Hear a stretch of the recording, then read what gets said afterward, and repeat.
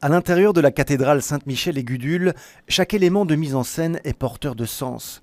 De cette crèche albanaise réduite à sa plus simple expression, mais drapée aux couleurs du sari de Mère Teresa, à cette représentation slovaque sculptée en bois de tilleul, en passant par ce délicat agencement chinois symbolisant la nativité.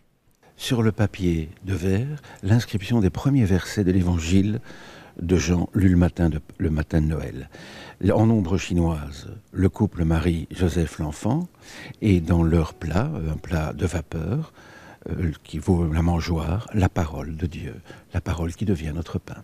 Cette interprétation de la communauté africaine avec les représentants du Matongé mérite également le détour, tout comme cette crèche de Saint-François, offerte par l'Institut d'art de Rieti en Italie. Au centre, vous avez Saint-François et ses frères qui prennent l'enfant d'une famille pauvre pour le déposer. Vous avez Marie avec son enfant, bien entendu Joseph, le bœuf et l'âne, réintroduit par François d'Assise au début du XIIIe siècle. C'est l'invention de la crèche européenne occidentale par Saint François d'Assise.